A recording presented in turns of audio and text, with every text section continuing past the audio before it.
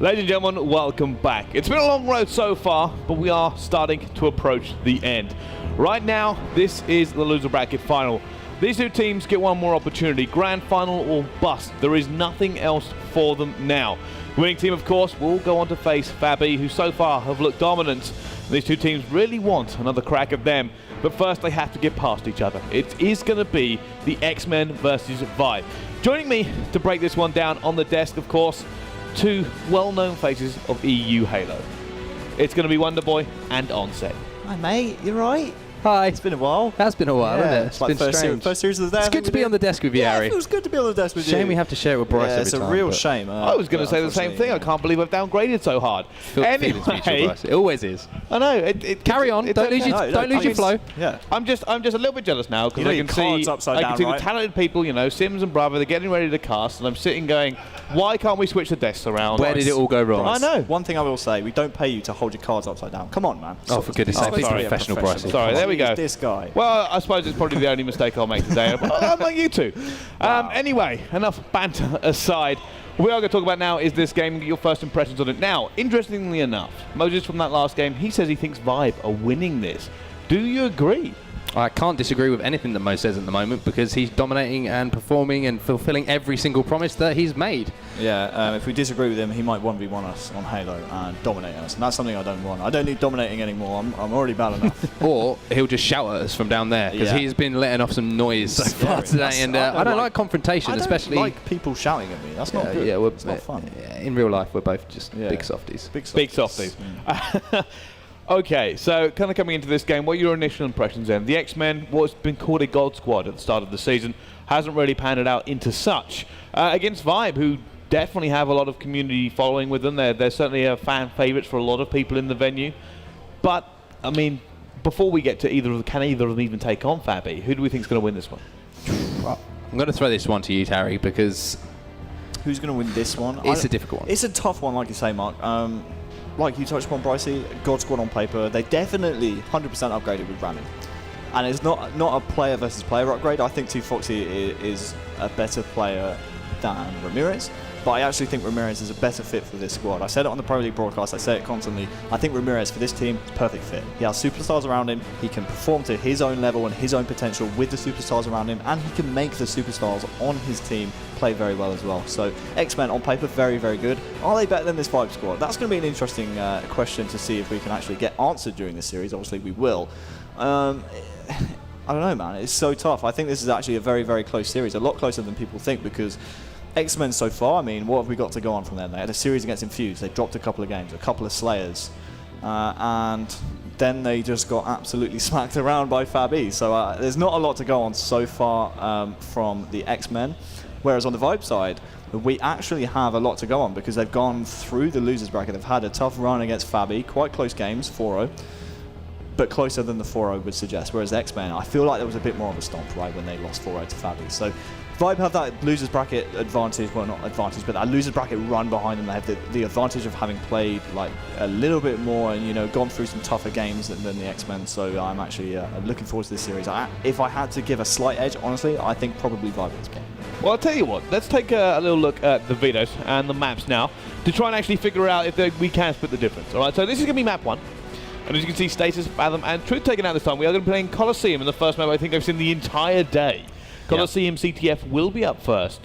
Now, how much does this favour one team or the other? This actually favours Xmen a lot because Colosseum has never been vetoed in the Pro League by the Xmen. They are 100% happy to play this game type. They've never vetoed it, and they actually have a 3-1 record on Colosseum Capture the Flag. So very, very good percentage for them. On the other side, they've clearly been looking at Vibe stats because Vibe on Colosseum Capture the Flag, they're 0-2. They've never won this, and they veto it 38% of the time in the Pro League. Not this time, though. One thing I want to point out on Colosseum especially, sorry to jump in, is actually the snipe drone effects. We've seen snipe drone go off on this map when he picks up that sniper rifle. We say it all the time, and it sounds like we're being repetitive, but it is because he is so consistent with it. He named himself after it. I feel like it kind of goes down to it. So you said 30, what was it, 38%? 38% of the time, Vibe veto Colosseum Capture the Flag. What about Fathom? What have you got the stats there for Fathom? I most certainly do. 13%, and they have a 2-2 record. I think it might be a matchup dependent.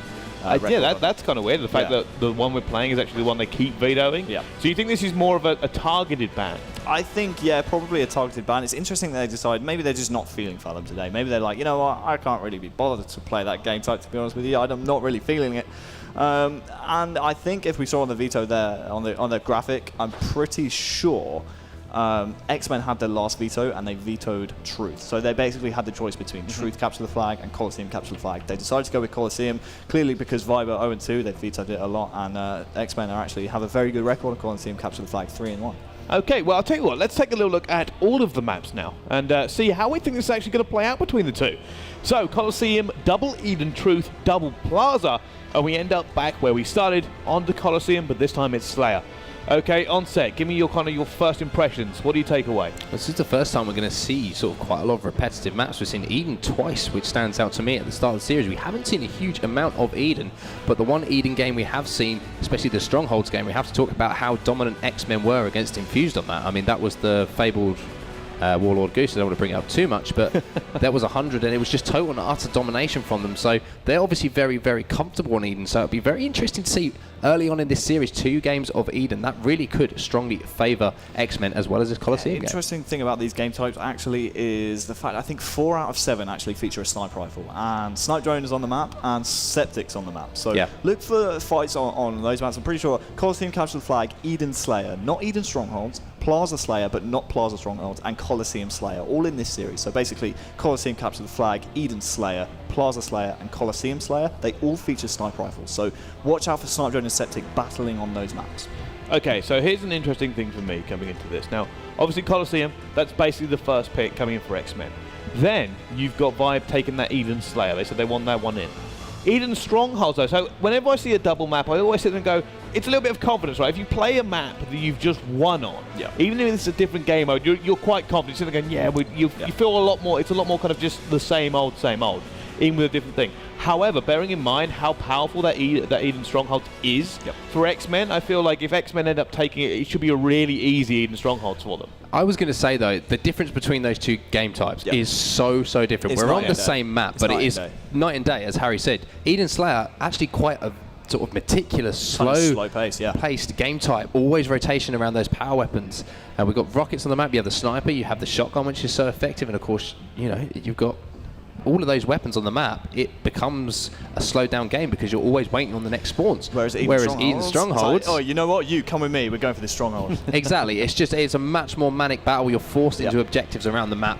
So although we are going to be seeing them on the same map, they are two totally different. Well, that actually leads into a different thing. Then is it the reason that the guys on Vibe have picked that to begin with? Maybe they want to slow it down. Maybe they're going, you know what, we need a slower game here. I can't believe they've picked Eden Slayer against Xmen when you know Snipe Drone is so good at rotating around the map with the sniper rifle. The key on Eden Slayer for me is making sure Snipe Drone doesn't get the sniper off the start.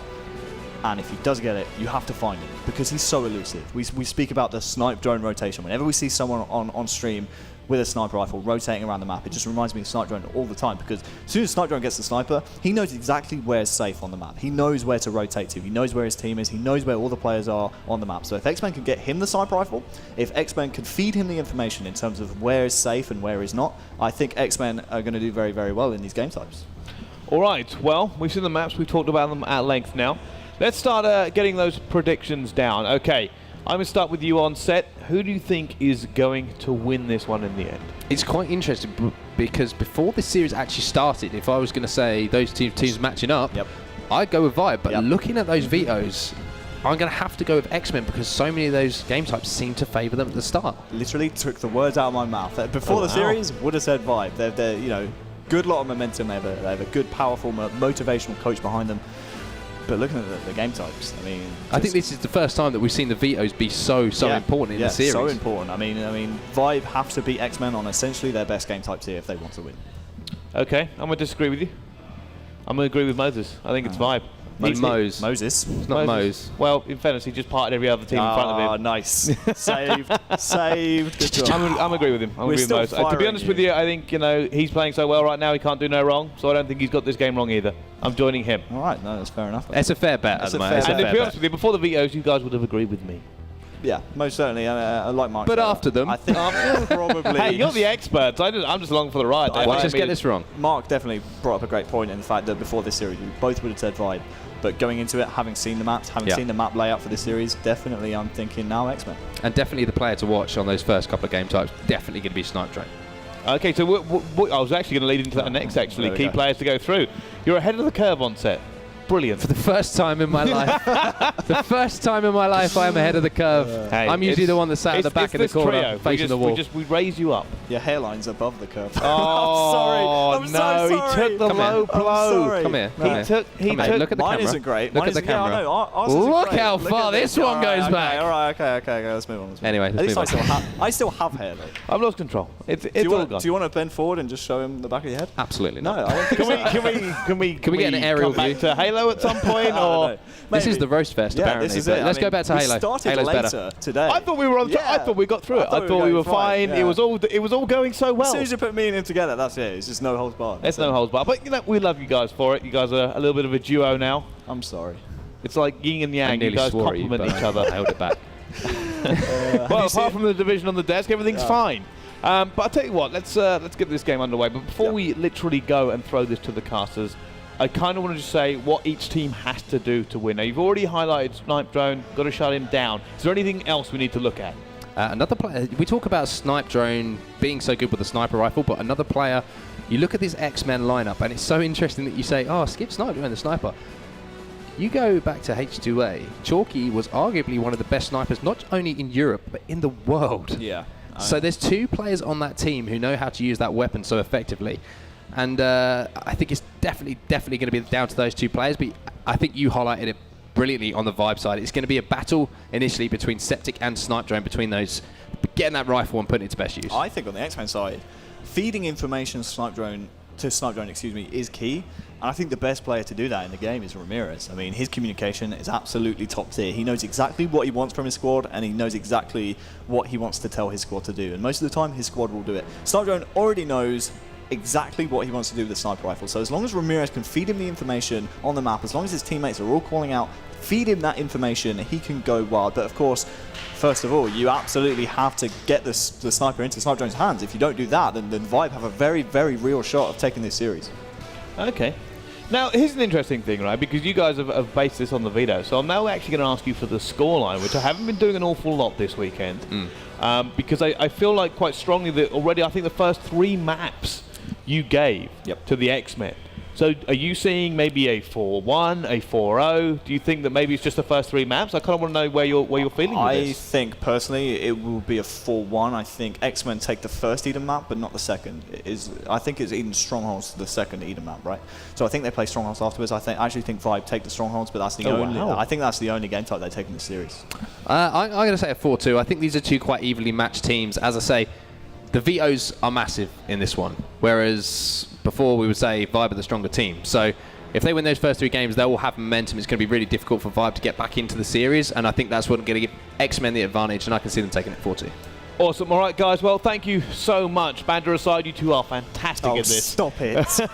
Shut All up, right. Bryce. Well, from 2 fantastic guys to 2 more fantastic guys, we are about to get this game underway. Of course, Xmen versus Vibe, and 2 great casters. It's going to be Bravo and Sims. Please take it away. Thank you very much, Bryce. Indeed, welcome over here to the Casters booth. My name is Sims. This wonderful, beautiful man is Brycey. That was a bit interesting. Brycey, also a beautiful man, though. Of course, is Bravo. Massive game coming up next. This is, of course, the losers final. You can only be 2 people in the grand final, Brav. One of these teams going home, and 2 massive, massive teams. There's some huge names across each lineup. Yep. It's going to be a very fiery game. Oh, it certainly is, and I think we already talked about it, but on the other side, you have Fabi has 4-0'd both of these teams. So these 2 teams are now going up against one another as well during this match, kind of saying, all right, well, we're here because we both got 4-0'd by what is now the best team, well, what is currently the best team in Europe. So, neither team can be too confident based on those performances. However, we'll have to see exactly how this one plays out. As the gentleman on the other side talked about, this one, could go one way. We could see A lot of the games going towards Xmen, but I think we saw a great performance from Vibe earlier. Even though he went to 7 games, I talked to Riots outside. He said, we just wanted to make it interesting. So we'll have to see if that is the case for Vibe. But certainly going to be an interesting series, especially as we look at these game types. There's only 4 maps played in this whole series, right? Which it's Coliseum, wild. Eden, Truth, and Plaza, which is rare because I believe we have at least 7 maps that we've seen in the map pool. I believe there's even more than that. So, I mean, there's plenty of series where a single map isn't duplicated at all throughout the entire series. However, here we have 3 different duplicates. So we'll have to see exactly how that plays out. And if either team that grabs, for example, if they win the Coliseum flag, that doesn't necessarily mean that they win the Coliseum Slayer, but it does demonstrate a certain prowess. But who do you want to kick things off here with for this CTF Coliseum Game 1? I think if we want to see a little bit of fun and laughter, we've got to start with the man, the myth, the legend, that is Snipe Drone, Mr. Michael Jerachow. His shot is on point. There's a sniper rifle on the map. I want to see what he can do with this, what kind of level and position he can get into with his team revolving around him. And honestly, just see him get this weapon and drill it into the bodies of Vibe. But when we look across at Vibe, we've got people like Septic, Lunny. They can do just as much damage, if not more, in certain circumstances. That, my friends, is a lovely little stat. There's the nice thrust jump over there. Of course, will stabilize, grabs it, makes his way up into S3. And we're going to also see Ramirez there. He'll ignore the sniper rifle. He'll push forward into Blue Cave. He's going to pick up a double kill as well. You can see it down in the feed, Andy. And this just kind of leaves the sniper rifle open. Interestingly, did just initially forget about it. Went over a little bit too overzealous and give the sniper away. I believe it's now in the hands of Vibe. But here comes Jimbo, big Jimbo, with 2 sets of big rockets as well. Looking for some more players. Cleans up one with the BR. Let's see what he can do with these. And I got to tell you what, actually, the sniper stayed in the hands right here of Xmen. So it's actually going to be Chalky as we switch over, who was able to grab the sniper. So Jimbo able to lay down some really good rocket cover, and really just his simple presence on top sniper allowed Chalky to be the player who would sweep in for the sniper rifle. Oh, this is dodgy. He misses the second beatdown, unfortunately. That's going to be a big kill. That's going to be Septic as well. He got the reversal. Did catch a trade as well on Sniper Drone, managed to take him down. Now we see Lundy pushing heavily into the red cave. Jimbo's going to poke out. Jimbo being super aggressive. Holy hell, Jimmy. What a shot. Dominant force there with the Magnum. Almost slips off the map. We'll clamber back up there. Someone is on S3. He's going to throw a grenade in there. There's a splint that's going to land just to see if he could possibly pick up any hit markers. Double kill coming in on the side there. Sorry, it wasn't a double kill. It was actually just Septic. And another person. 3 members of Vibe now filling the kill feed. Move across to Snipe Drone. He's found himself the sniper. He lands the no-scope, but unfortunately he's taken down over on the oven. And now we'll go over to Lunny, who did survive narrowly. He gets no scope to the body, but is able to pull that out. But I have to say, that's a flagpole on the other side, so we'll see how this plays out. Interesting double kill as well. He did take it, picked it up. There were no one there to retrieve it. We move across to Riots, who will get taken down. The SMGG, my friend. Let's take a look at Chalky's POV now. Going to find Lunny coming off of the spawn. Perfect. Wrecks his face, takes him down, and now he's going to anchor in this cave. Let Jim Bossity pull forward. Jimmy unfortunately gets a grenade to the face, so he does the right decision there. Let's push back. Let's get his shields again. And now look at the cheeky jump though. He's doing the frosty jump. He's trying to go over and he's dropped down. Yep. He's actually managed to pull it off, Brav. And I have to say, I got to point out what's going on the other side as well. So we'll stay on this POV, but Snaky is in the enemy base with the rockets and the flag. He was the only one that was really on the rocket side of the map. So now let's go to Snaky here, rocket and flag in hand. And you know what? Even from up here, these guys are getting loud and leery. We're above them. We're a level up in the air. The audience is in front of them as well. But certainly the noise coming out of this team is loud and proud. They're going to bag it, and there we have it. You can hear the audience going wild. Vibe are going to put one on the... This is insane. They've managed to pull that one and get away with it. The sniper rifle's there as well on the floor. They're going to put one on the scoreboard. 1-0 to Team Vibe. And I got to say, Snaky's run right there. I'm sure some of you at home were watching that 10-minute mark as well when the rockets were dropping. There was no rocket presence, but you saw it out of your corner, corner of your eye, excuse me, in the screen. Snaky runs across the map, and he's continuing to put on a show here with a double as well. Does he turn 3? No, that does not connect. But I have to say, Snaky really the only player to pull it off. But you know what? He gave his teammate. He managed to get his half shield. His teammate jumped up with the flag. I believe it was Septic. Came in with a ground pound off of the table. Took down his teammate. Now we're moving across to BDR himself, Mr. Big Daddy Riots, in his cave. Trying to tag some players up. He tags one. Lunny's there for the retrieval on the assist. We look at the kill feed. Snaky's going to get taken down across the map. Then Lunny comes in with a double kill as well, cleaning up Jimbo. 3 members collapsing on 1 player down at S1. But look at his position. He's been given the all clear. Now he'll run straight through Sniper. Almost got into the cave, but the player there was there to stop his advancement. And one thing I got to point out, taking a look at the damage right now in real time, Jimbo for a moment is the only player to cross that 1,000 mark. He's at 1483, but on the other side, Lunny is the only player on his team to cross the 1,000 mark, but it looks like all 4 dead. All 4 members go down. Septic collects the sniper rifle on the floor, scopes in, finds one, looks for a second one. He's been pushed rather aggressively. A bullet's going to come from behind him, down. But look at this, we hop on board with Snaky. Stealth cap as well, 2 in the bag now for Team Vibe. That's right, that's 2 flag caps for Snaky as he really started those runs. But as I look at Vibe, let me tell you this stat. They have 3 power weapon pickups and they have 10 power weapon kills. On the Xmen side, it's 2 power weapon pickups and only 4 kills. So complete power weapon domination right now from Vibe. It's also showing on the scoreboard. Snaky going to use the bump jump there. He will fire off of the fridge. Finds one down in basement. Lunny, Septic, and Riot's 3 down now for Xmen. Snipe John's left all alone. The boy who lived, who came to die around the corner, whips out the AR, takes him down as well. Jimbo will try and make something of it. Unfortunately, will be kicked back as Snaky falls. Septic going to hide behind this rock just behind the oven. He does stay alive. Nice cheeky maneuver. Turns round. Can he tank up Chalky? No, he cannot. He will get shut down. That's going to be Jimbo who runs into Blue Maze. And that was going to be a pull from Ramirez, but that's going to be shut down just about right away. Jimbo's going to try to still turn it into something with some fine shots, but Jimbo's still leading the game in damage. He's at 1,700 right now. Next closest player is Lunny. Not too far away now at 1,500, so we're starting to see some more players put some certainly some damage into the opposing team. Very unlucky thrust. He goes backwards, but a grenade banked off the wall and landed right beneath his feet. Stood in a landmine, blew his legs off, but here comes the 3rd flagpole, Brav. This could potentially be the last one of this match,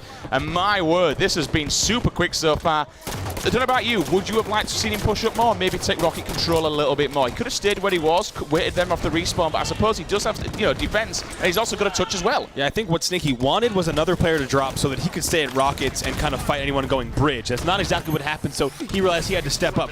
Now they have 2 players low, so let's see exactly how this plays out. So sniper rifle's up in 5 seconds, but Jim knows it don't really make a difference. This flag's almost there. They've got Snaky in the back of the base. We see a crouch jump come in. 1 player only needs to touch it. It's all on Snaky. Can he get the 3rd and final cap of this game? He's putting in a grenade. He gets the kill as well. Ramirez is steamboating in. That's almost a double kill. Snaky saves the day, grabs it in. Oh my word! Vibe cleaning up game number 1. Kel, holy hell, Snaky going off. Wow, he ends the game. I mean, what a great objective we saw from him in that game.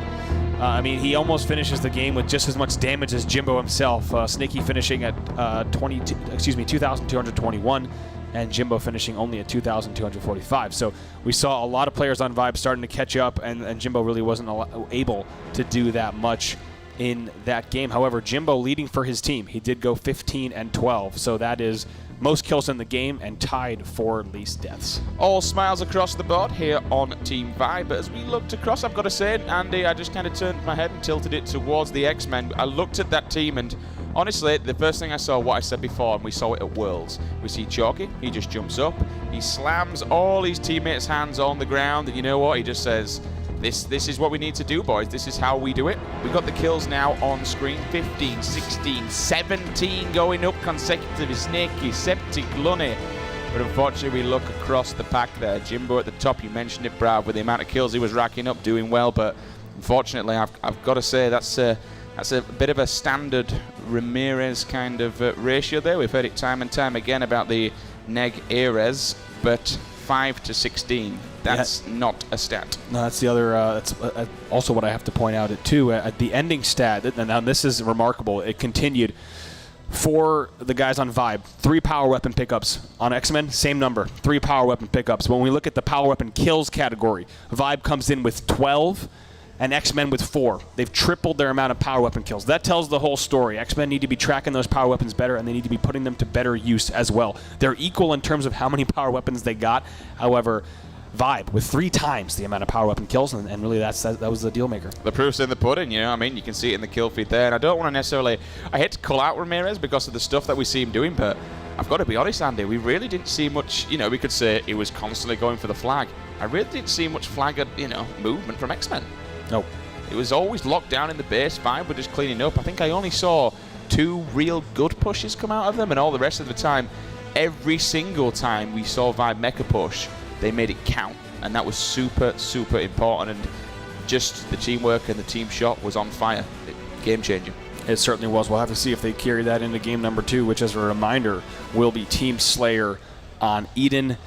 Taking a look at the records for Xmen, let's see Eden. They are 2-1 in regular season play. They have never vetoed Slayer Eden, so Xmen has to be feeling pretty good. And on the other side, on Vibe, they are 1-2 on Eden, so a losing record, and they have vetoed 11% of the time. So certainly not as confident as Vibe. We'll have to see if Xmen can use that to their advantage. You can see the vetoes for map 2 is now across your screen, guys. Vibe initially got the first one. They took out the rig. Xmen came in second. They took out Coliseum. Then back onto Vibe Plaza. Then over to Regret. And then finally Vibe discontinued Truth, which of course led us to this Eden TS. Now, me personally, Andy, I'm a big fan of Eden Slayer. You've got the rocks on there. You've got the snipers on there. Time and time again, though, when somebody gets the lead, it becomes increasingly hard for the opposing team to get back into it, because you tend to find they'll turtle into the base, they'll take control of top cat, and they'll just stay there, and they'll happily say, if you want a piece of this, come and get it, because they don't really have to move anywhere. Right, that's it. I mean, and as we also look at it, one thing I wanted to mention for Vibe, the reason they have vetoed Slayer Truth there was they actually have an even worse record. They did not win a Slayer Truth all regular season. They're 0-2. They also vetoed it just about 20% of the time. So you have Vibe there a little bit not confident in those last Slayers, and you can bet that Xmen knew that, leaving those last 2 Slayers and kind of making Vibe choose the lesser of their 2 worst game types. Looking forward to this one. We're seeing a bit of banter thrown from either side of the stage there. We're seeing Septic shine across, looking at Snipe Drone now. I don't want to say fallen from grace, but, you know, you look at what these guys have done. We're talking... on this team, 7, 8, 9, 10 event. We had 40 wins near enough between this entire roster. You got his duo in crime there, Jim Bossett, who I believe has not won a single event without Mike. I could be wrong on there, but I'm pretty sure I'm not. The dangerous duo, the Jim Drone combo, obviously known for their top 8 achievement at Worlds and beating RNG back at Aspen X Games. Can they come back from this? Honestly, that was a really fired up game from Vibe. Oh, it certainly was. I think the way, I mean, and the way that they didn't let up, right? I mean, they had a great start. Even you see a player like Snakey, the way that he had rocket control, they went for the bottom mid toss. For him to step up, keep in mind that flag was capped. So if we go all the way back to the beginning of cap number 3, Snakey's the player on top rockets. He does not wait for rockets to spawn. Instead, he starts to advance the flag. And it was actually Lunny with the, I believe he had the shotgun in his scatter shot in the back pocket. They eventually run that. Riot continues the run, and Snakey's the one who spawns, gets a double, and brings it on himself. So he's continuing flag runs. He's finishing flag runs himself. As I take a look over, he was the player with 2 flag caps in the game as well. The only player to have 2 flag caps. In addition to that, he went 15 and 10 with 7 assists. So I think, you know, for me, he's the standout player. You know, it's one thing to be a very strong Slayer. It's one thing to even be a good objective player. But when you're actually the player connecting those dots in the match, it's pretty incredible. I think that's what we just saw from Snakey. You do have to remember that Snakey has come onto this roster after being dropped off of what is now Fabi, used to be U4X, and before that Online Warriors. He's played at this top level. Yeah, he's played with the guys who are now 10-0 in the league and just destroying everybody here on LAN. So he knows that mindset, and he wouldn't have... You know, they wouldn't have picked him up if he wouldn't have been a good fit for that team. He's now on Vibe, and these guys are just gelling together and getting better and better and better. I don't think they would have come into this being 4th had this roster been at the start of the season. This would have certainly, especially with a man like Septic, who has just been... For a guy who's taken a month or 2 off from Halo 5, it doesn't show. He's been amazing this entire event. Moving into this, any initial thoughts from yourself, how we kind of transfer that game number 1 into game number 2? I think Xmen needs to look to capitalize on the fact that this is indeed a weaker Vibe game type. They need to remember that. They need to go ahead and push immediately. They need to establish control. You and I are saying we're excited to see Slayer on Eden. It's not a game type we get to see that much. I really need to focus on map control, and I think for me, Team Slayer on Eden, the way to play it is you need to be cycling those spawns. Don't let the enemy team establish a presence and get a control out. You need to have pressure right away, whether it's a player in an attic with an AR, or however you want to pressure the opponents, they need to do that, because otherwise Vibe is going to push out of those spawns easily. Remember, guys, if you are just joining as well, welcome along. Tweet the stream, use the hashtag HCS, get involved on social media, and of course, join the conversation. You can see it there. as my lovely hands try and I'm not going to do as much more. There we go. Attempt to hold. You see that? It's actually a lot harder than what it looks, to be fair, because you've got to get that right. It's heavy. They don't know how heavy it is. And I don't even lift, bro, as you found out the other day. We are doing some giveaways on Twitter and everything else as well. I believe it's esl.gg/HCS EU Finals. Oh, EU Finals HCS. My bad, got it the wrong way around. You got some Astros on there. Plenty of rec packs. Plenty of other Halo goodies as well. Thank you very much to Astro for providing those prizes for the Halo community. Lots of action to get underway. I believe the players are jumping back into the lobby. This is going to be a fired up one, and you know, Xmen have just got to pull it back out, Brav, at the end of the day. This is one of Europe's finest teams, some of Europe's finest players. A little bit of a fall from grace. It's time to turn face and prove that they have what it takes to stay in this tournament and get back in the grand finals. All right, let's go ahead and see who you want to start this off with. I personally, I want to start with Ramirez. He had a bit of a, I'm not even going to sugarcoat, he had a trash game previous series, so hoping to kind of redeem himself now as we come off the spawn. And he's going to go over a red catwalk and try and make his way here over to the shotgun. Nades are going in, looking for some hit markers in security. They haven't pushed in on this. And this is a kind of a particular typical Ramirez play. He's a big fan of making his way over here, especially when we look at something like Stronghold. The camos there. He kind of owns it and dominates it. Not fair enough, it's a kill. I'm surprised he didn't just whip out his Magnum as that guy was one shot. Or get one to clean it up first of all. And now we see a little bit of a lead. And no, almost sniper control, but he decided to bail on that. Not sure why he would. Potentially leaving it for snipe drone, but you think he would at least bring it back into the base. So we'll have to see exactly how that plays out. I'm keeping an eye on snipe drone's screen as well. We'll keep you updated on that. I think he may have just missed it. He went there and just didn't go far enough to grab it and bring it back in. But as you say, Andy, snipe drone's trying to get a hold of it, but he's getting a lot of pressure from across the map over at red. Jim's now going to set himself up at Cat to see any oncoming assault from Little Cat.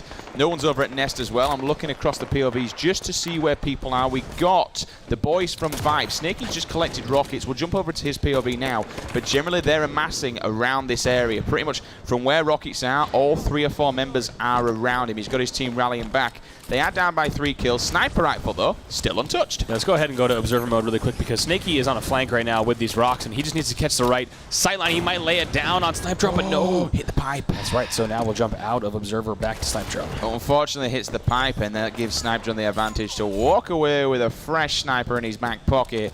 Let's see if he can find some faces now. We'll be going into a listening in about 2 minutes' time with the Xmen. We'll see what they got to say as they are in the lead currently, but I think we kind of expected this one. We know Slayer sometimes, when this much is on the line, can be a very slow and campy game type. That's right. Now, one thing we need to worry about is those rockets dropping in 10 seconds. So really all eyes on the map are going to shift over here to those rockets dropping in Turbine. You called it perfectly. As soon as you say that, in comes the sniper. One bullet goes in. Ramirez looking to clean up. Unfortunately, the backpack comes in from Septic. Now, he's a man that can also do damage with this weapon. He's looking at the red X to see if he can support Snakey now. Snakey's going for a call out. All 3 of his team members are down. They are down on a deficit right now. They're all going to be spawning in blue. Look for the entirety of Xmen over in red and possibly outside near rocks as well. And you were talking about Ramirez's start here. Have to say, Ramirez, not too bad. He's 3-0 right now. Not leading necessarily in the damage category, but that is 3-0, of course, starting off a 3-0 kill streak. Fair enough. We have the sniper rifle with Septic. Yeah, we're going to hold off on the listening just for a second, just until Septic dies. I want to see how many other faces he can pick up. Jimmy comes round the corner, gives him a face full of lead. So we'll move on board with Jimbo, and we're going to jump into a listening with the Xmen. Mike's getting shot, Mike's getting shot. Blue stairs. Top cat, Mike. Top cat, Snakey, I'll shoot. Blue BR. I'm waiting for blue bend now. From blue. One shot, blue steps, James, right here. Yeah, I'm going. Nice job. Sniper red. Nice shit, guys, nice shit. Get control. Do we get blue cage? Top cat. No, that's still me. Nice shot, Jim, nice shot. Good shit. One more still in tower. I don't know, he's in tower. Also, blue behind me on blue. Is that you shoot? Get back, no, blue behind. Snipes up, Jay, snipes up. Nice shot, Jay, good shit. Not on in blue, not on in blue, not on in blue. He's weak. Stay alive, you can, Jay, stay alive, stay alive, Jay. Blue bend, listen to me. Blue bend to lobby. Snipe is up, snipe is still up. Leave the rocket with Jim, I'll spawn her. Jay's going for snipe, Jay's going for snipe. I'll go the race one, once we bend, I'll go rocket. One outside, they're trying to base snipe, they're trying to base snipe. Go blue, Jim. Go blue. Blue bend now, one shot. That's stupid Ben Snaky. I'm dead. Snipe short, snipe short. Stay there with one rocket, Jim. Stay there with one rocket. Snipe's still down up there. Keep picking him, Mike. Someone has to keep watching red Ben for Mike if you can. Keep an eye on red Ben. Jay, play for Mike. Yeah, I'm getting SMG. Rockets in 10 seconds if you can start making a move outside. Two blue sneaky, Robin somewhere else. Wait. Look what Jimbo is. One's crouch red sneaky. I like red sneaky kind of thing. One dead. We can move these rockets. Rockets now. Two in lobby. They got rockets. One weak in lobby. One shot on me. Mike's gonna get one. Mike's getting one. One shot on me. Nice shit, Jim. Rockets are down. Right side. I'll get him. Rice is dead. My rockets. Right, Jim's got rockets. Come blue, bro. Crouch him in SMG. Jake, you're P. You're on your own, Andy. You're on your own. 3 red SMG. 3 on red. And just stay alive if you can. You're on your own, mate. Anyone help me in P? Anyone help me in P? You're alone. You're alone, Jake. Andy, Don't worry, Andy. Nice play, Andy. Don't worry. Jay's got tower. Jay's got tower. Over west, the red nest. Someone's got the shot event to red SMG. They've got a nice shot. Mike. Nice shot. Good shot. If you see a dot active bait, play as if he's got shot. Trust me. I'm gonna come. Jake, you sell that. Someone needs to watch bottom mid. Someone needs to watch bottom mid. Rotate blue 2. I'm gonna get this. Andy, can you watch bottom mid? Andy, can you watch bottom? My bottom mid. Rockets down mid stairs. Mid steps. Right in front of you. Andy's got him, Andy's got him. Nice job, Andy. Andy, just play past him outside of him. We have a 10 kill lead, right? One rocket left. Andy, you're complete alone. I'm still alive. I'm going to watch bottom mid, right, Jake? Just help me. What's the red fan. And as you can see from the scoreline 21-10, the X-Men certainly asserting their dominance right now. We're going to take a look at the observer mode just to show you guys where things are playing out across the map. We've got Ramirez over on his own, a little bit of a rock and a hard place. But I want to go to his POV, Andy, because at this moment in time, he's got the rockets in the back pocket. I didn't catch that. Oh, you've actually just used them, so he's going to completely show me up there and say I'm wrong. He will switch it for an SMG. He drops down. But you know what? Lunny's going to be waiting there with open arms with an SMG himself to clean him up and get a free kill. That's right now as we switch back over to Snipe Drone. Of course, a 10-kill lead, quite substantial. And if I have to look at the difference maker there, Sims, it's once again in the power weapons category. So this time we have X-Men with 2 power weapon pickups. On the other side, 3 power weapon pickups for Vibe. However, 11 power weapon kills for X-Men right now in this game currently. And on the other side, only 3 for Vibe. Oh my word. Here we go. Snipe Drone show. Time to bring it alive. A couple of things. Every time we look at that kill feed, we keep seeing an X-Men player taking down someone from Vibe over and over again. 25-15. Still a 10-kill deficit. Now knocked down to 9. But he's got the rockets and he's got plenty of them. 3 of them in the chamber. He's going to switch out that sniper because he had no bullets left. So what do you think the play is? Would you, as they are down, is the best thing to try and take control of blue so they can set up for that next snipe? Yeah, I mean, so right now you have Septic on the other side with the sniper rifle in hand. So he just grabbed it. Yeah, he does have that. So they're actually sitting okay. They're not down by that much. This Slayer hasn't gone far enough into the game where this game is at all out of reach for them. I think they need to play it slow, play 1 kill at a time, make sure they get the next few drops. Right now, Vibe have gotten more power weapon pickups themselves, 4-3. I'm going to jump across to Septic's POV because Mike's just sitting pretty. He's got 3 in the barrel and he doesn't really have to do no because look at the scoreline. You know what I mean? They can just turtle, they can just chill. But it's all on this man. He needs to find some faces, get a couple of easy picks, but he also needs his teammates to move with him and rotate so they can get into those angles because right now where he is, as you can see, Snaky's just walked into somebody and unfortunately he gets taken down by a rocket. Yeah, that's it right there. You see now Septic still sniper rifle in hand, down by 10. The other, I was going to tell you just so we could take a look, the other player still Snipe Drone in the same exact spot, hasn't moved. He's got the rocket launcher. He's making sure his team is watching everything, and he's watching this low and this mid catwalk. He can, of course, double back over here to the bend if he needs to, switch all the way back to lobby, turbine area. He's in a really good spot, and there's no reason for him to move. So this is very disciplined play, I will say, from both sides. But, of course, when you're in a disciplined stalemate like this, of course, the team with the advantage is going to be able to sit comfortably. So let's take a look at where everybody is across the map then. We've got Jimbo, who's going to be in security on his own, just going one-on-one and toe-to-toe with somebody else. Look over at... Oh, no, we'll just stay for a second, see if he gets some sort of an engagement. He's going to grab himself that shotgun and just wait for anyone else wants to go with him. Move across to Chalky's POV. He's on back rocks. He's going to be waiting for them to come off the spawn. They're going to be up in 1 second. He knew they were there. That's a fresh one. Killing Frenzy as well. Star Killer. So Kit took someone out of the air as they were coming down for the ground pound. Grabs himself the sniper rifle as well, which Septic did have. Not entirely sure where the rockets have gone unless they're actually in the hands of Ramirez. May have just used them out. No, I'm talking rubbish. It's actually going to be Septic on the opposing side, so he's looking to make something happen. You can see it coming up in the kill feed. That was a double kill there from Septic, who was cleaned up by Chalky afterwards. Yep. So at the moment, Andy, X-Men sitting quite pretty. Yeah, they're very comfortable here as we go over to Chalky. And I tell you what, it ended up actually being that Snipe Drone was able to indeed rotate back. He continues his spree. He goes on a killing frenzy. He picks up a few rocket kills, and now they're in even better shape here. 34-21 is the score, and they remain now at 15 power weapon kills, which is, you know, a substantial amount for them here. Almost half of their kills have come from power weapons, which is a huge statement in the Slayer. Once again, we will tee up a listen in this time with blue team, Team Vi, because everything's got a little bit quiet. This could be a nice kill for Septic. He makes it count. Double kill as well. Cracking little flank. Scopes in on one. Cleans up the second one as well. You know what, Andy? Let's jump on into a listening with Vibe and see how they're going to bring this one back. Blue Ali. He's weak by mid. Nice. Blue Ali, go tower. Guys, we need to kill this guy tower. He's going to get shot. Watch out tower on me. I got. Oh shit, rockets here. I got one rocket. Get that shotgun. Tell him One last go. I have one tower. I have one rocket, sorry, in tower. You guys can go outside. Watch your right side. Blue flag up sleep, Rami. Might be in the window, Gonna be in the window. This is a tower push, man. He's from blue on me, Andy. Pushing. Nice. Cool. Nice. New rockets at 20 at 2 minutes, yeah? Yeah. 20 seconds. Yeah. The shotgun might be on route. We need to get some quick no, someone got that. So whoever's in tower should have got that. I'll go. Push it. Rockets case. Yeah, shotgun, man. I'm gonna go from pit. Give me a sec. Watch it pit, Andy. Turbine weak. Watch your pit, Andy, guys. One shot with turbine as well, Snipe Drone. Nice, there's one dead. Stay alive as long as you can, Max. You got help on the way. There's two. Nice. I'm pushing outside right, guys. Outside still. Outside red. I got Chalky. Nice guy. Nice. Come on, let's do this now. Let's go. I need ammo, man. I'm gonna die, man. Right, shotgun down. Cat, man. Tower. Shotgun down on X, guys. Whoever's. I can go. Six. I got rockets. I got this one. I got it. This one. We have snipe, yeah? Right, we have everything. Yeah. I need someone to come with me rockets it. Alright, yes, I'll hold outside. Someone come with me tower. Come in with you, Max. You don't need to rush this, remember, yeah? You got plenty of time. Sure. I'm just gonna scan behind us. Scammy kill, man. This guy blue cage. You got sniped? Okay, yeah? Yeah. Oh, blue cage. One's here. Where?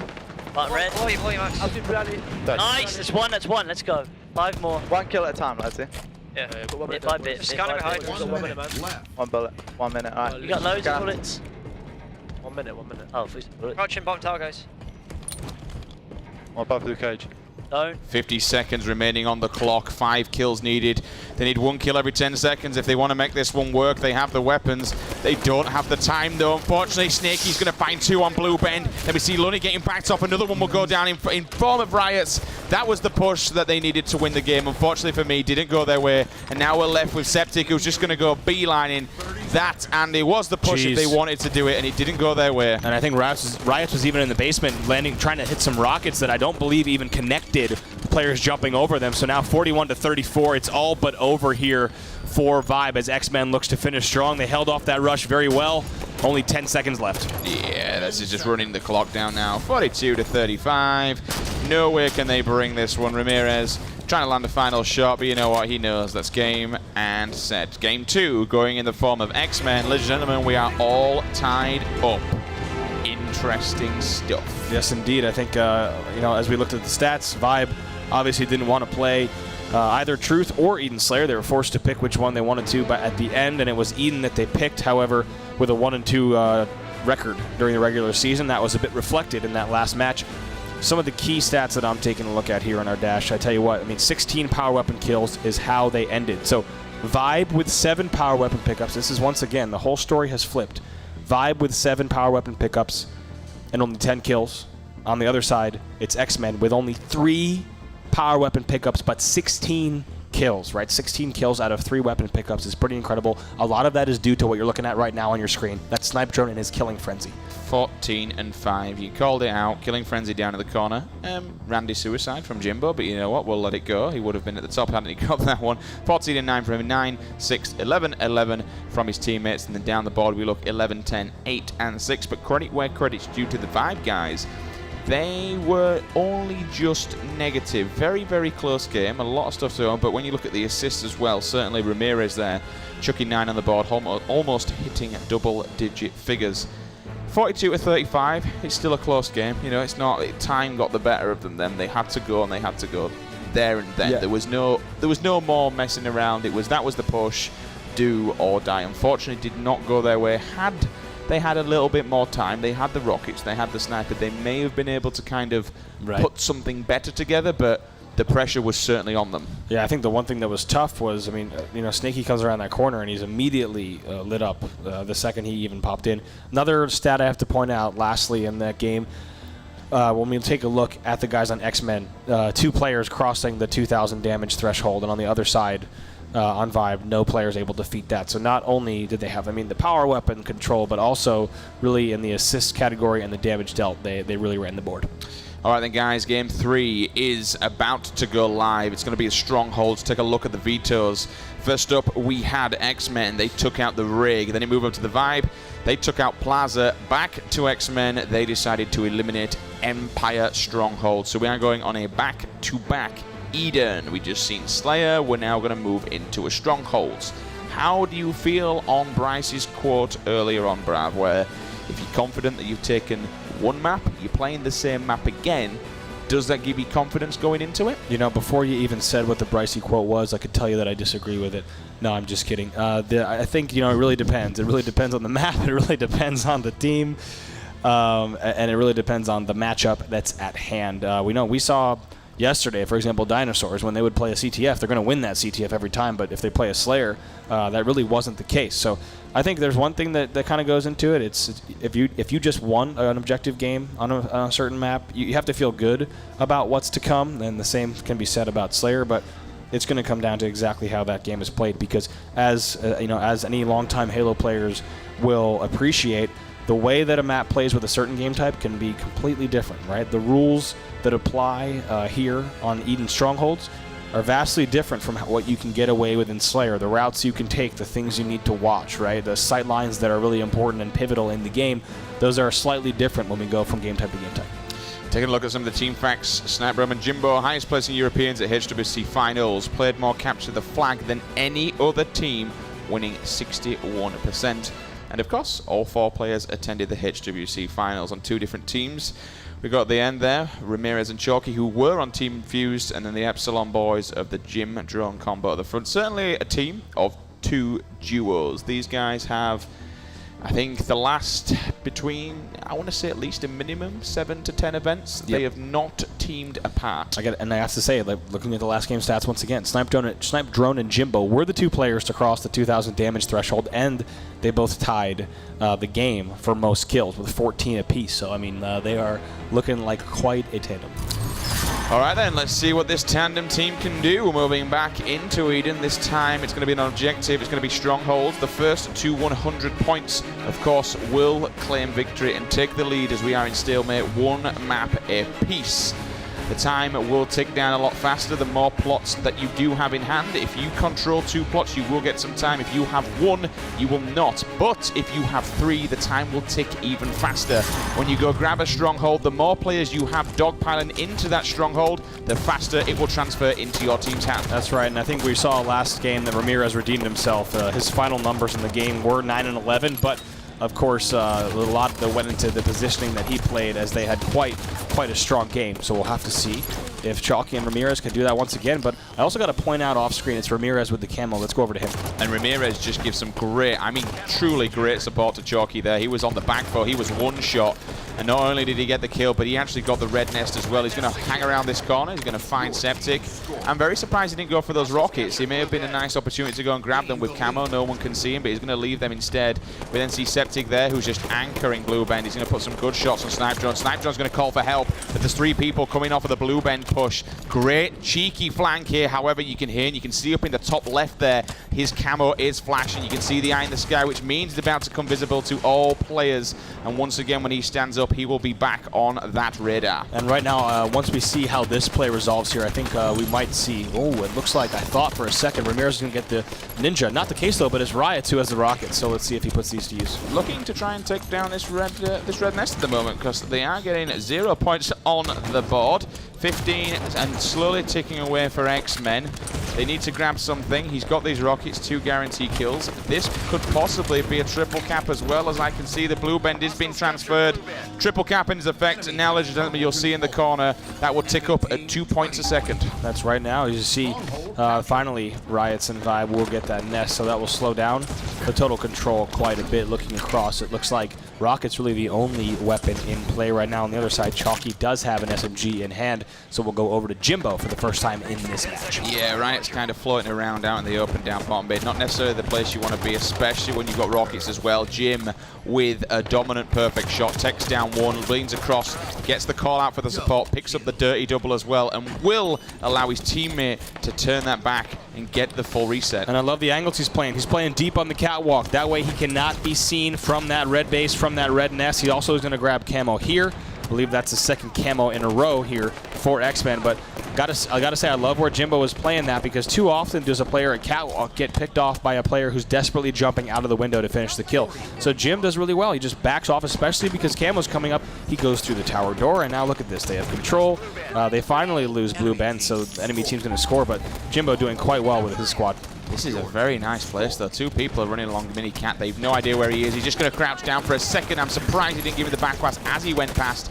Just a second too early. Wow. Will throw his head out the way, though. He managed to stay alive. Picks up another one as well. Oh, my holy Jimbo. Yeah, look at that. I mean, that's a fantastic play. He jumps right back in. He backs down for a second. I think the opponents thought he was going to wait for the grenades to fly in. Instead, he just doubles back. At the same time, unfortunately for Vibe, Riots, I believe it was Septic as well, had the same plan. So Jimbo right now really taking advantage of the fact that quite a creative game is going on the Vibe, quite a chaotic game on the Vibe side is happening right now. But once again, he'll catch 2. He'll then scope in. He's just going to use his stabilizers and then thrust across. Another double kill as well. Jimmy at the moment is absolutely tearing Vibe into pieces. And a lot of that is exactly, first of all, how he's moving across the map. You just saw a lot of stabilized clambers to move straight from Red Nest all the way to Cat. But also, he's putting himself in areas where he cannot get clipped off of spawn. Where the enemy team is spawning, he's really avoiding specific sight lines. And if you play a lot of Eden, you know exactly what I mean. There's a lot of times where when the enemy team is spawning, he does not want to avoid certain lines, right? He's staying back here so he can't be clipped from blue window. Earlier when we saw him deep on the catwalk, it's a lot of expertise like that that goes into successful games like this, how they're leading 69-2. But they've pushed in super deep. They did start to take the control of blue bend. He did go down, get the reset. The Rockies are up indeed. I'm actually seeing off the off screen as well. Just want to let you guys know Ramirez is shooting bodies quite meticulously and letting him know that they are successfully in control of this game. How Jim is still alive, please no. Oh my God! Jim, please, why is this even happening? No, triple kill as well, and he's still no shield. What is this man doing? Well, that's a fantastic use, right? Timed that overshield perfectly. He's able to grab that and just eliminating opponent one after another. Now look, I mean, Snicky's flying out of the base. He's going to keep defense on Blue Bend quite easily. 85-2 with total control. His teammate Snipe Drone still has the rockets, but to be honest, he doesn't know what to do with them because Jimbo's been taking all the kills. How did he stay alive? That was, he had, what?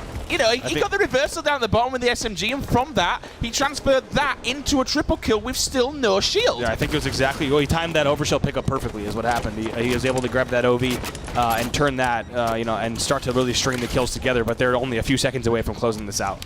Yeah, you can see the scoreboard there. It kind of says it all. 98-2. This was a dominant performance from the Xmen. They're going to take that one over 100 points to 2. As you can see on screen, Jake White, a.k.a. Chalky, the man, the myth, the legend. He's always won, win or lose, will quite happily get his team hyped up. And I tell you what, wait till you see when we pick up these, when we look at these stats, because they're quite telling of what we just saw. Really unsurprisingly, though, if you look at that final scoreline of 100-2, but it's Jimbo who went 16-3. Quite a dominating performance from him. I also got to point out the power-up pickups. We had 5 from Xmen, only 1 on the Vibe side.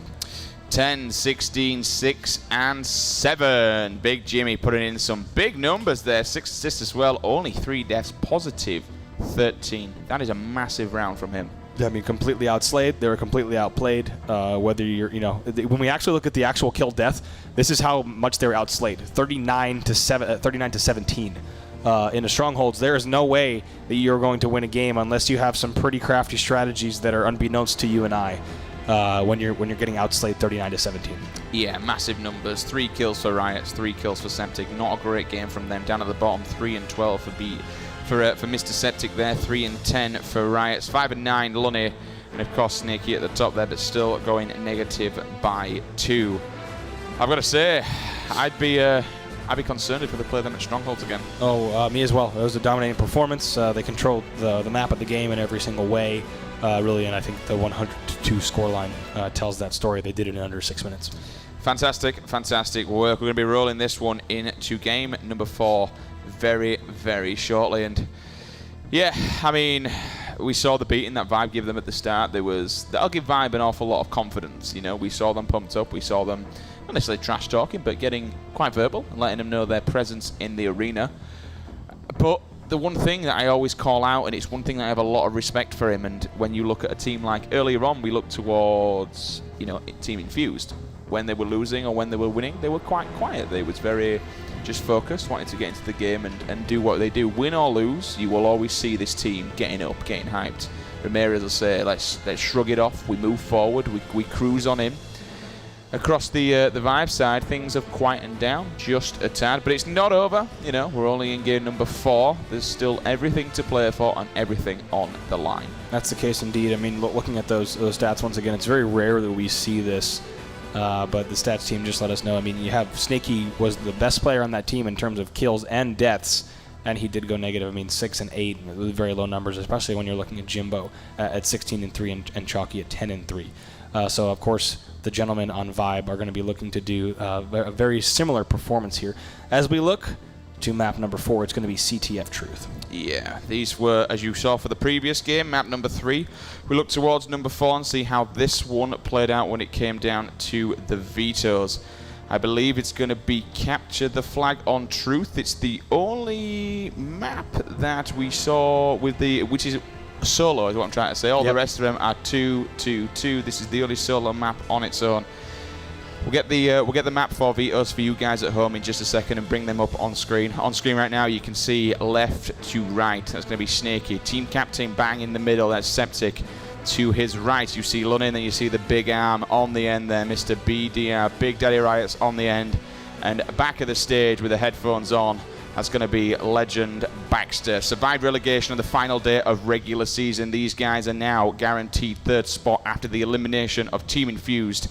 Features 3 members of the XL squad that attended the HWC final. Septic is the only difference on this, and all members have attended NA events. And quite a few of them have attended more events than what I have. Yeah, I mean, these guys, of course, lots of LAN experience in them, and right now they have to be feeling pretty good after the performance that they just put on. But looking ahead now to CTF Truth as we take a look at the records. CTF Truth for Xmen, they are, I believe, 4-0 here, and they only vetoed it 13% of the time. Looking over to Vibe, they're 1-3, and they vetoed it quite a bit, around 30% of the time. So, you know, they've lost a fair bit here, so this could be an Xmen result. Who do you want to kick things off with? I think this time it'd be ignorant not to kick it off with Jimbo. He was on fire in that previous game.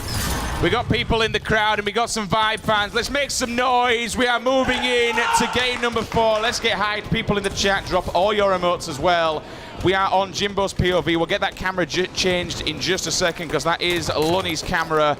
We are on Jimbo's POV. I absolutely guarantee you, though, he's going to grab the first flag of this game and start moving it over cat side. Yeah, so far hasn't really met any resistance. Looks like a lot of his team did the work, did a lot of the work for him across there. But Jimbo will eventually fall, so we'll go over to Ramirez, who right now has sword in hand. And he's been quite passive. He's going to get his shields back. Scoping. Doesn't matter. Gets the red reticle of death, and he does get the kill on Septic. We'll hold off for just a second. Carbine in the back pocket, grabs his shields back. We'll whip out the secondary weapon to look across the map, give his teammates some defense, and now he looks onwards towards the blue flag. I gotta say, Snaky just now had the flag out, he had fuel rod, and he had camo, but that was all shut down there by the Xmen side. But look at this, Andy. All 4 members are completely spread across top mid. You got, oh, shaky. No! Oh, nice shot, Ramirez. He will also jump on the E-line, miss that grenade, and here comes the... What? He's totally. I mean, he's doing crazy things here, Sims. He's disregarding opponents. He's just flying across, but somehow he's doing flag skips we haven't seen here in Halo 5 and moving the flag across. This is one of the craziest and unorthodox flag caps I've ever seen in my life. What just happened? Ramirez, please. That was truly incredible. Decided to ignore one player in the base and then turn around again. I'll go ahead and say he's going to do it again. It's deja vu. He pulls it off again, but my goodness, that was one of the most ridiculous plays that I would never encourage those of you at home to pull off. I don't know how that actually happened, but Ramirez picking up 2 kills, in my opinion, he absolutely shouldn't have. Turns it into 2. And instead of even killing the player in the base, goes for the flag cap and somehow makes it happen. So Ramirez knows something that I don't. And no disrespect to Ramirez, but when Ramirez is doing that to your team in your own base, grabbing a flag and then putting it in and coming back for more, there's something wrong. Rami's not known for being the super aggressive Slayer, but right there, he was doing some absolute work, tanking the Vibe members inside their own base. Jim's trying to get a crafty nade off on top. He can back that off of the wall. He gets the last shot on Lunny, puts one between the eyes, seals the deal, and now he's going to try and bank off, which he does, backs it off the car pillar and makes it up to car 3. Sorry, excuse me, P3. Yes, a nice little slide jump, thrust jump you can use to get up to ping 3, but Jimbo will eventually fall. So let's go ahead and take a look at the other side. Now on board with Sneaky. Going to grab the Hydra. No, he's not. He's going to ignore it. It's certainly an unorthodox weapon, but a lot of people know how to use it and make something happen. He's met with the defense. The bouncer down at the bottom of red. He gets taken down. Riot's going to try and clean up Chalky across the map. He just decides to thrust back. He did have 3 bullets left in the chamber. He probably could have got that if he would have carried on shooting. Going to try and make something happen in the Eli. He's got some support as well from a teammate behind him. That's right now. Of course, nice use of that splinter grenade, but it's not going to be easy when you have 2 opponents pushing you like that. So now over to his teammate, Lunny, who we haven't been on board with this game yet. But he's in the opposing team's base at the end of the day. He needs to be very careful. He don't want to match these 2 guys. He's going to pull this. I would expect him just to throw it and probably crouch. There's the crouch. Snipe drone's coming in. Try and go for the GPK. Doesn't quite manage it, but he does at least tank Lunny up. So he's now 1 shot, just looking for somebody to give him some support. Lunny's going to go in Storm Rifle versus Storm Rifle, but Jimbo gives him the elbow to the jawline, takes him down. Hop across Ramirez, doing exactly the same thing as what he did previous. That's right. This flag run looks awfully similar. He's going to bring it across here uncontested. I don't think it's a stealth cap. Yes, it is. It is a stealth cap. Not shot once all the way home. So Ramirez really stepping up when it counts here. They lead 2-0. Second time in a row. And the one thing I want to say is running those flag bounces absolutely perfect. More importantly, when we talk about the stealth cap, Andy, this kind of speaks real volumes about his team, that they're getting in the right positions. They are slaughtering Vibe, and they are not allowing him to touch Ramirez while he's doing this. Oh, it's true. I mean, there's a reason that Ramirez is getting away with things that could be described as slightly ridiculous, and that's because his team is setting up so well around him. They lead here 2-0. They also lead the series 2-1. We've not actually been really on board with Vibe, much to be honest with you. I don't think we really should when Jimbo's just doing things like this, and they are absolutely dumping on Vibe. This is night and day compared to what we saw in game number 1. All the power weapons, all the power-ups, everything is in control of the Xmen. They look like a different team to what we've been witnessing. Jimmy's going to drop down. He's going to clean up the half-shields guy. Grab the fuel rod as well, and when you've got an invisible man running around with a fuel rod, it's all kind of dangerous. That's a great play from Jimbo, right? He goes to get the camo. Instead of necessarily pushing up, he does a full 180, looks back towards his base. He sees there's a fuel rod beneath, so he just plays it slow. He ends up getting the upper hand against the player. He gets some help from a teammate as well. He's going to clean up 2 here, I believe. And, I mean, look at him. Every second, it feels like he is shooting, and his team is always there to support him. Every time we go as well, I think more than anything, I feel like his gun's just got pure auto aim. How this man listens, everywhere he looks, Andy, he's always looking towards one of his teammates or one of the enemy teams. You can hear the call-outs. His communication and his teamwork is absolutely on point. He's now going to flip around, gets the call-out of the person behind him, killing spree as well. Going to go toe-to-toe with Snaky, challenging it. How many double kills have we seen, Andy? That's right. That was all 4 dead, by the way. So they are going to be in a pretty good position to run this home as Jim has support from his team. When you have all 4 dead and you're pulling the flag at the same time, this really should be it. I really like the net. You did probably just cop for it then. He decided just to twist to the left a little bit while he was running it underneath the car. He ducked in where the soul spawned, got his shields back for just a second. He allowed him a little bit of enough to carry on, dropped it as he got in the base. His teammate were there to collect. There you have it. We're going to see Game 4 going to the Xmen. Yeah, they played it well. I mean, what can you say? 3-0 with that win. They did it in just under 6 minutes, I believe, and pretty even in a bunch of different categories there. To be honest, the kill differential isn't too great but that really didn't matter. It was about, I believe, let's see, 42 to 34 in favor of Xmen in terms of overall kills. 12 and 12 down at the bottom there for Snipe Drone going neutral. We see 15 and 7. Jim, the man of the hour, the myth, the legend during that game. But big shout out to Ramirez. I still kind of can't understand what was going on with the sword at the start of that. It's, I think the word we used during the match was unorthodox several times, and that's exactly what it was. I mean, Ramirez, it looked like some wild, bizarre matchmaking stunts that we were seeing. It was no fear more than anything. It was jump out, challenge, trust in what he can do. And there are even certain points where I thought, okay, he's getting a bit giddy here, because when he went into the base, he literally just run past that initial. He just run past him, didn't he? And then his teammate had to. And when you have a sword, I mean, it's very quick to just because he got meleeed anyway. There's no point in not laying down. Maybe his hope is that he wouldn't get meleeed and that he would have shields for the flag run, which I may be giving him too much credit, but regardless, he did it well. Either way, it worked. Yep. We will see Game 4 going into the Xmen now. Oh, it's getting crunch time now for Team Vibe. Can we see the Xmen go all the way? We'll bring you up the map layout in just a second. For if you are joining us, we'll show you guys at home how this one has been playing out. Welcome along. And it's at times ticking on a little bit now, so quite a few of the NA community will be waking up. We welcome you to the EU HCS Pro League Finals. This, of course, is your loser bracket finals. The team who does go out of this will be going home, and whoever wins will be going on to the grand finals to re-face Fab. Ian, honestly, I would be concerned because both of these rosters have been 4-0'd today. Yeah, and then one thing I got to point out from that last match, you know, if you are on Xmen, you expect Jimbo to really step up for you, and he went 15 and 7 in that last game as well, leading the game and his team, of course, in both kills and deaths. Now looking at the score so far, man, it really started off with a strong Vibe opening, but it's been a very different story so far. I mean, my heavens, look at these scores, and you know they're getting worse and worse as we go here in terms of the amount of points that Vibe is able to put on the board against Xmen. Vibe 3-0, Coliseum capture the flag, 42 to 35, then to Xmen when we went into Eden Slayer. The scoreline, everything kind of passive down towards that, but they still came out victorious, 100 to 2 as we went into another Eden. That was on Stronghold. Xmen really turning up the heat underneath Team Vibe, and then as we've just witnessed, a very quick and clean 3-0 on Truth capture the flag. We're now going into a Plaza Slayer. Andy, do you have any initial thoughts on this matchup?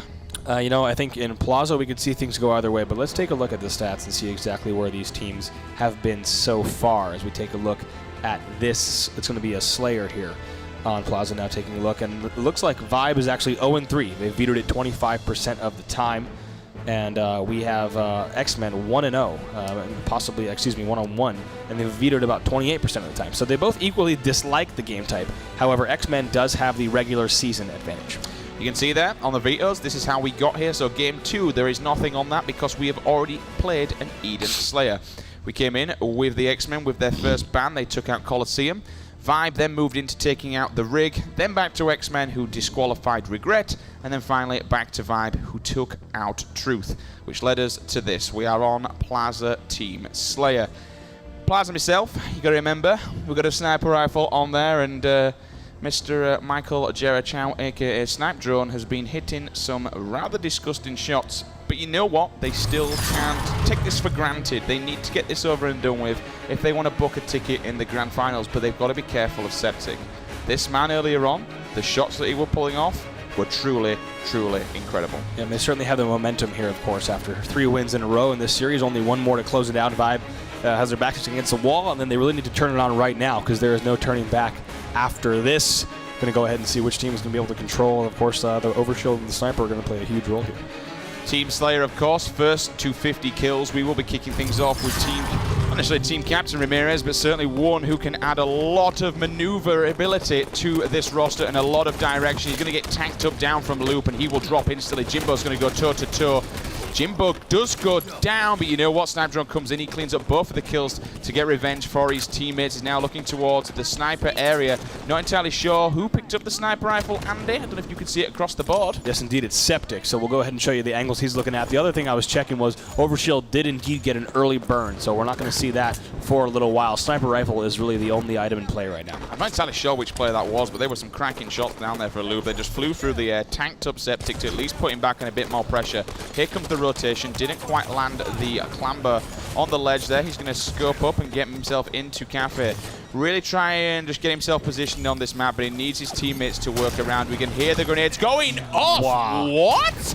Tags up a second one as well. He did get that kill. I've no idea how he managed it, but he landed it in the face. He's banking some nades. He's also getting hit markers, so he knows that guy's going to be extremely low. He's hiding in the corner, but you know what? Septic jumps up, domes Jimbo in the face and says, "Not today, my friend." He is sniffing everything out. He got hit markers on every no-scope just now and every grenade. He just threw, I believe, 3 no-scopes and 2 nades. They all got hit markers, so anything he does will land. So right now, of course, Xmen need to be careful. It's all tied up, those 6-6. Jimbo had a great start earlier with a nice double kill, but I'm keeping an eye on that overshield timer as well. It's up in exactly 36 seconds. He needs to be extremely careful, though, of Septic. They can't let him get set up. His teammates do need to help him out.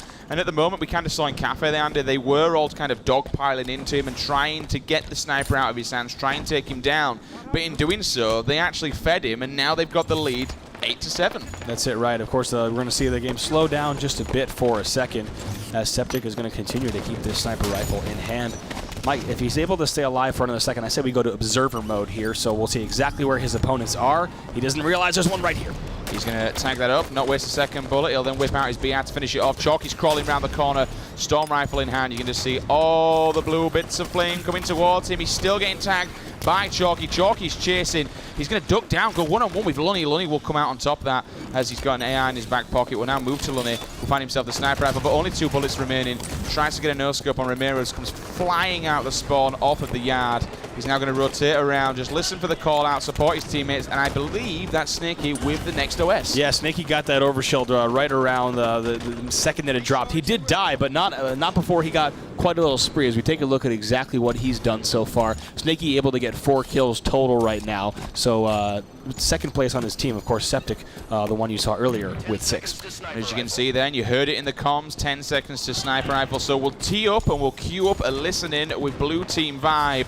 And we'll get that one locked and loaded in just a second, see how they extend this lead, because currently they're sitting comfortably. You know, they've got the cinema stairs covered, they've got all the cinema covered. The sniper rifle's about to pop. We're more than likely going to, we're not actually going to bang the ammo in, because there's now 2 sniper rifles in place. So we're going to go ahead, we'll put observer mode on, and we'll also jump into a listen-in.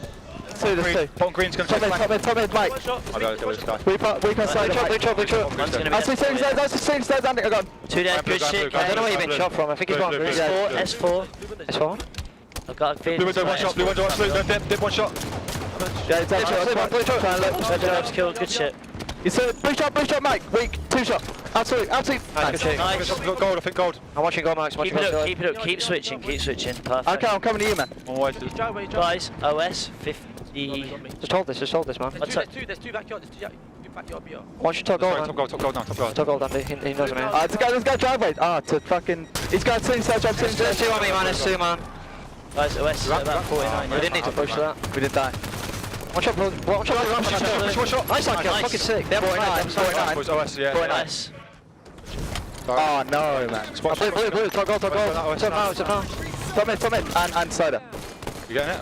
No, dead, man. They got it. It's Jimbo. Yeah, 1 shot, you're up, he's pushing low. Push you. Mark out, Jason. Sniping, blue. 2 guys. All right, now you see as they've lost the lead there. They were up 20-12, if I'm not mistaken, just now. Let's go over to the other side. I do believe it was 20-12 in favor of Vibe. All of that has turned around, and if I have to say, part of it is due to the fact that Lunny missed that jump to overshield. I think his teammates expected him to grab that. He was unable to do so. It definitely cost them on the scoreboard. We're essentially all tied up here. It's 23-24. Yeah, a little bit unlucky. He missed the initial jump, and Izzy went down as well. 3 others then dogpiled to try and grab the OS, but unfortunately they give away some easy kills. Now we're on board with Snipe Drone. He's got the sniper rifle in hand. We've got Ramirez, who's just kind of covering his backside down in the hotel. Someone's up in the cafe. He's being tagged up as well. Look for Ramirez to go and try and clean that one up, or at least just anchor a little bit more on cafe side and make his way out of the hotel, just to apply that tiny bit of pressure, which he does. Yeah, and I want to go ahead and move off of the sniper. We've done a lot this weekend showing the sniper anchoring. Instead, let's show some of the players who have to have the brave job of pushing into cafe and into yard, into flowers, and to pick up these kills. So it's 27-25 right now, and I mean, Xmen has totally stolen this game back from Vibe. They look so strong in those opening minutes. But one thing I got to point out, it's Jimbo. He's already 11-6 at this point in the game. Jimmy. This has been his series. But as you mentioned, you call it perfectly, Andy. Someone like Ramirez now, what he's doing is helping his team to get these kills and to get this lead. He transitioned over from Sniper. He then moved down to the hotel to give a little bit of coverage for Sniper, who had the Sniper. He then moved in to the cafe to take down that one guy who's been a nuisance. He then locked the cafe down himself. Yep. And now he's just being aggressive on Yard. And I got two things. Overshield, first of all, in 5 seconds, just about right now, so keep an eye on that. Also, it's Snipe Drone, who has double sniper ammo on the other side, and he's miraculously staying alive. So we're going to keep an eye on that. Now we're on Snipe Drone with double sniper ammo. Overshield should be up. Yes, indeed, it is available. So it's going to be Chalky, his teammate, who grabs it as well. So all things still going in favor of Xmen. Riots is going to come down with the ground pound. He does get tagged, but you know what? He's very, very weak. That OS got burnt rather quickly. I'm assuming the sniper rifle will have transferred to another player, possibly other on Vibe. Snipe Drone did have it. He's coming back to try and retrieve it. Snaky will jump up from... Down he goes from S1. He manages to at least poke up. Grenades come in. He's kind of just tagged up his teammates. It was a little bit unfortunate. Yeah, it was Lunny who had the sniper rifle, but now it's Jimbo who's actually cleaned him up, picked it up, and now they're up 37-29. Xmen running away. I mean, Vibe was looking so strong in the opening. I mean, one of the best games that one of the best openings in a game that we've seen from them. But now, I mean, look at Jimbo. He's also got help. Might even take down Heavens. Please Forbid no. Riots here. Killing spree. Perfect kill. Reversal and a smile on his face. He can't believe it himself. Oh my God. Get wrecked, Riots. That was incredible. Not only was the reversal, but it was the perfect as well. What a way to rack up some medals and what a way to put on a show. 41-30. Remember, guys, this is Vibe's elimination matchup. If they lose this, they are going home. Let me tell you, Jimbo right now at 19 kills and 7 deaths as he continues to rack this up. Just to point this out, nobody has even hit 10 kills on the other side of Vibe.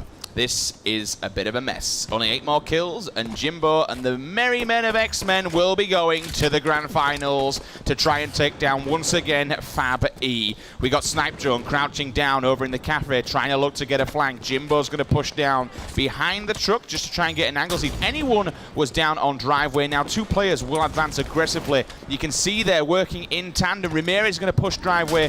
Jeez. Oh, I mean, what? He had his reticle exactly where he knew a crouching player might be coming across. It's almost as if he knew that that's exactly what his opponent would be doing as he's teeing these up. Well, I got to point out once again, Overshield is coming up in just about a few seconds, right about 5. So keep an eye on that mark, right about the 340 mark. Flick of the wrist. He makes it look easy. He just clipped him, took his face off. Jim cleans up there. Here's the call out from his coach when the OS is going to come up, and now he knows he can just charge. They only need 3 more kills, 2 more kills now. This is pretty much game, set, and match. Will get taken down at loop. Only 2 more kills, Andy. That's right. I mean, look at that. The triple-double medal as well. That means he's got right there 21, 8, and 10. 49-35. They only need 1 more, and this will send Vibe home. Xmen looking to get themselves towards the grand finals to have another go at Fab E. 21 kills, I believe I'm seeing from Jimbo at the top there. He has been putting in some meaty work. He's all kind of backed off for a second. 3 minutes remain on the clock. This is all but done. They need to find this final kill. If I were them, I'd just push one and get it over and done with. That's what they're doing, actually. Jimbo and Chalky are just running around the yard, and I think it might be Chalky to finish as they're just pushing loop here. They might try to close this out. Yes, indeed, and that's it. Xmen will win this series with a score of 4-1 and easily take them down in that Game 5. It's 50-36, our final score. Commiserations to Team Vibe. They have turned up this event and done a lot more and put a lot of pressure on some of these bigger teams when many people did count them out. But of course, it is the Xmen that come out on top, and they will get another shot at Fab E. That is going to be a really fantastic game, because I tell you what, Andy, some of those players are starting to heat up. Yeah, I got to say, if there's one player who's doing it, it's Jimbo. 21 kills, 8 deaths, 10 assists in that match. Such an impressive performance from him as we take a look across the board now. And I have to say, some of his other teammates did well, but really Snipe Drone right there going 12-6, only 2 assists from him. And Ramirez and Chalky really held it down in the assist category, but it's safe to say that Jimbo carried his team pretty hard there. Other players on the other team only hitting the 10 mark right at the end. Yeah, his backpack's pretty well full there, just carrying him on. Of course, it's a team game, and you mentioned it perfectly there, Andy. It all comes down to the assist. They were all helping each other out, and we've mentioned it before, half of these things they wouldn't have been able to do had not they had that level of teamwork. So congratulations once again to the Xmen.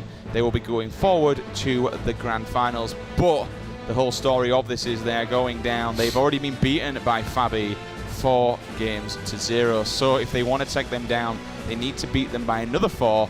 And if they do, we're going to get the bracket reset. Right. They've got a lot of work. They need to take 8 games off of Fabi. That is not easy. Oh, it's not going to be easy at all. I don't think taking the single game off of the Fabi that we've seen all weekend long is going to be easy. But if we say one thing about Xmen, it's that in those last 4 games, to win that series convincingly is very important for them, right? If that had gone to a Game 6, a Game 7, that doesn't bode very well.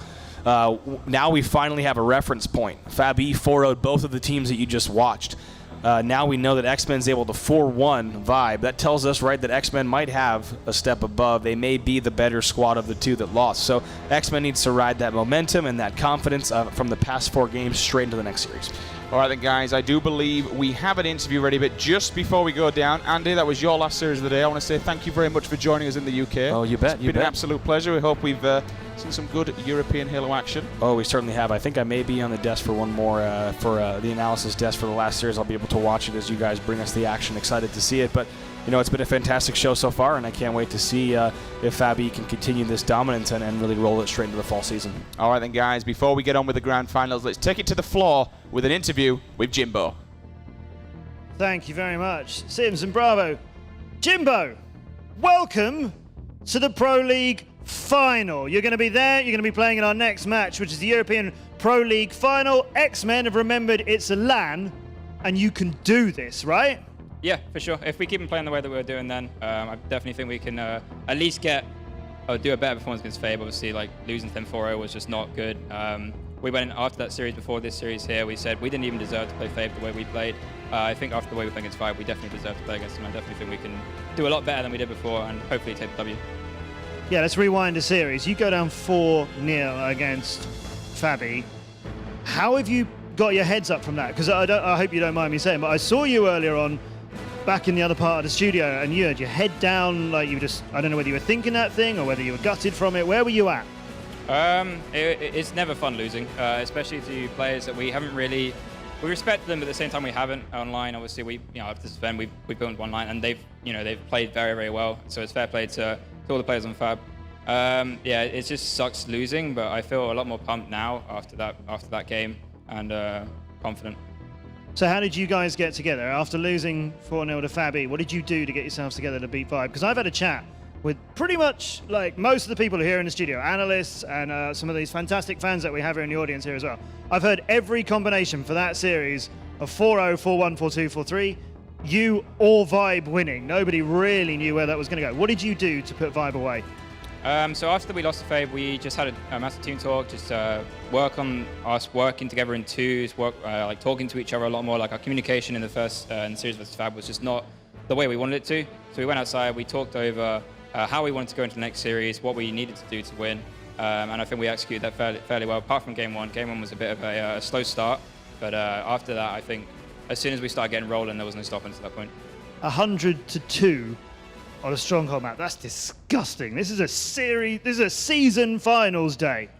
Like, putting a team away 100-2. How is that done? That's just Halo 5. You have momentum on this game, you carry it on forever. Like, Stronghold specifically, as long as you have momentum, you get a good start, you just keep on slaying, you have momentum on the power-ups or rockets, anything like that, you always get it as long as you have momentum. And you had good sort of tactical play on the Slayer maps as well, particularly the earlier one, not the one we just finished on, but you guys knew you had it, you knew time was on your sides, and you just sort of like, come and get it. You're 6 kills behind us. If you want those 6 kills, come and get them. Yes. Eden is a lot of the Slayer maps, you play a lot more fast-paced. Eden's one that we like to play a lot more slow-paced because we can keep control. We know exactly how to play it. I think Vibe knew how to play it as well. They're playing the same way, but I think we kind of, it's weird to say this, we kind of out-camped them in a way. It's not really a good thing to say, but that's the way we had to do what we had to do to win. So we out-camped them on that one. We played it slow. That was our first win on Slayer on the tournament, and obviously we won the second one there, so we were quite pumped after that. But Slayer on Eden is very, very slow-paced, or the way we play it anyway. Well, it worked for you. You're in our grand final. You're going to be playing Fabi again. We're all hoping for a fantastic final series. I know you won't be hoping it's going to go 4-0 against you again. So congratulations. And Jimbo, you're also the MVP of that series. Some absolutely fantastic multi-kills on every game type, on every map. Ladies and gentlemen, here at ESL Studio 1, Jimbo's the MVP of that series. And we have our final. Congratulations to you. and Xmen. And before we get to that all-important grand final, let's just go back to the desk with Brycey and we'll talk about how that series all came to a conclusion and how these guys got to that final. Well, thank you very much. Yes, the Xmen there have set themselves up for a great sequel against FabE. And you know what? The Xmen certainly do have a rough history with sequels anyway. But you know what? Let's talk a little bit about how they did visit the apocalypse onto Vibe. 2 Xmen puns in that intro. What are your feelings on that? I actually can't. I can't deal with you right now. Can you not? No, I cannot. It's my little bit of fun. I enjoy it. It's a bonus they give me for dealing with you two. I don't even prefer it when you're horrible to me. Yeah, can you just say mean things as long as it's not X-Men puns, please? No, I've got about 1 billion more. We've got a final coming up with them in. Just wait for it. Okay. I'm looking forward to it. All right. Well, not. Let's bring this wildly back into control now and talk a little bit about this game. So you thought X-Men were going to win it based on the maps. They did. They won 4-1. Is that pretty much how you expected it to roll out? I called it 4-1. I got the maps wrong, though. I said Vibe would take one of the Eden maps. In fact, it was X-Men who were very solid on both Eden maps. It was game 1, actually, so Vibe coming out very, very strong. X-Men not starting out as well as they'd want to. Game number 1, it was pretty much the Septic show, to be honest with you. 16-8, the final scoreboard for him. A great performance out of him. But alongside him as well, Lunny. When you have 2 strong Slayers, Lunny went 17-11. So Septic with 16 kills, Lunny with 17 kills. When you're both like working in tandem like that and getting kills consistently, and all across the board really for Vibe, I really feel like that was just a recipe for success for them. And another thing to note on this game type that I didn't really think about when we were in our pre-game was the fact that Vibe actually played this game type twice, essentially. In the last series against Infuse, they obviously had to replay it where they came out 3-0 winners in that replay. So if you're going to get some practice on a map to play it twice, I mean, they should have been confident going into this. It really showed. And you talked about how good Septic stats were in that. We talked about how important Snipe Drone could have been on the map. 7 and 15 Snipe Drone. Well, speaking of Snipe Drone, moving on to the next map, a little bit of a Snipe Drone show. It was him all over. Sniper control, lethal. Every single highlight we have right here is just Sniper Drone. Finally, we have someone else. Septic got the sniper in the latter parts of the game, but look at the score right here, 23-35. It was very close, but it got to a point in the game number 2 on Eden Slayer. We're on Eden Strongholds at the moment, but Eden Slayer, it was 35-30, 2 minutes left, and there was no push out of Vibe. I'd like to see them speed that up a little bit more, but here we are on Eden Strongholds right here. This was domination. This really was. Yeah, this right here was the Jimbo show. I mean, it really was. 16-3 on a Strongholds game. He died 3 times the entire game. This triple particularly right here, where he grabbed the overshield mid multi-kill, was absolutely fantastic. And there you go, the triple kill from Jimbo. Yeah, exactly. And as we moved on to the next game, so this was the strangest. We were watching this in the green room, and we could not believe what we were seeing. It seemed like Ramirez was missing everything, but then getting away with it somehow, and he eventually ran that flag in. But he managed to control all of those swords, using that lunge very effectively as well. And Xmen actually came out really strong in this game. It was pretty impressive. Rami run flag. Rami run like flag. Hulk smash. Rami no get killed, Rami run flag. Yeah, pretty much what happened. That's all he needed to do. But Jimbo, again, another stellar performance from him in truth. 15-7, so that's consecutive maps now. He's put up single-digit deaths with double-digit kills. Very, very, very true. And as we see the end here, Jimbo was just on fire towards the end of this map. And talking about ending a game on fire, he really did carry the momentum into the last map as well. Jimbo was on fire, and Vibe's defense was terrified, Mark. It was indeed. That Will Grigg. I'm sorry, I just had to throw it out there. All right, moving on to the last map of this series then.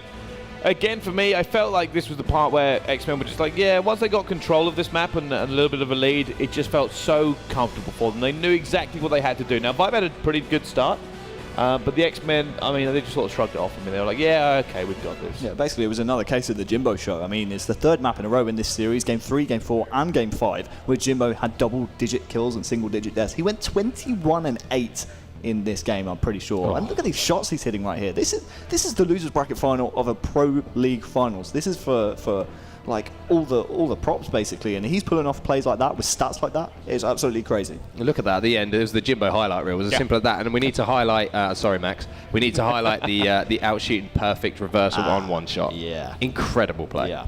Okay, so here's an interesting question. Did Xmen impress you enough to look more dangerous against FabE this time around? Because that's what we're going to be talking about going to the next game. Yeah. But that was a better show. I think individually, I mean, Jimbo just went massive for his team. But is that enough? Against a FabE that right now are looking untouchable. More dangerous, definitely. They looked more dangerous in this series than they did in the FabE series. But you've got to remember, Fabi are still Fabi.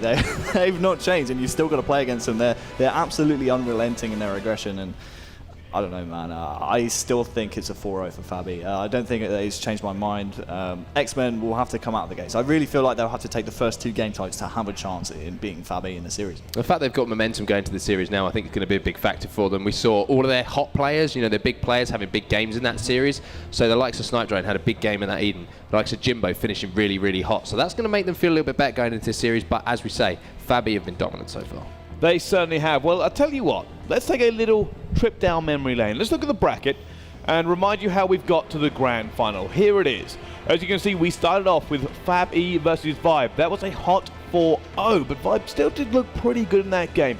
Then, Xmen versus Infused. Win for the Xmen. They end up going into that winner's bracket final. Fab E versus Xmen. Last time round, 4-0. So they ended up dropping down, facing a Vibe who come off a very narrow win against Infused.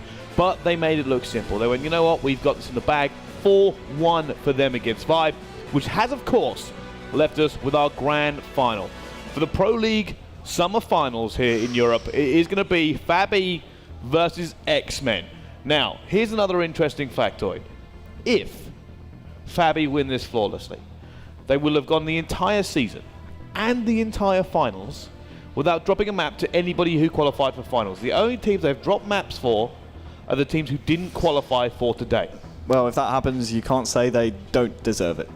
Yeah, exactly. And you also start having to think ahead. You have to think past Pro League, past everything like that, and you have to look forward to the next Halo World Championships. And you start, the questions we have to start asking are, where do Fab E rank in the world rankings against all these North American teams in the Pro League? And that's going to be the big question, but they've got to get over this first hurdle here, which is going to be the first event win for some of these players. Of course. It most certainly does. Well, on a positive note as well, we have giveaways here at this wonderful finals, and just for the grand finals, we do, of course, have them. So for your chance to win Astros and Halo goodies, make sure you check out that link below, esl.gg/EU Finals HCS. And you can win yourself some lovely gear. It'd be great.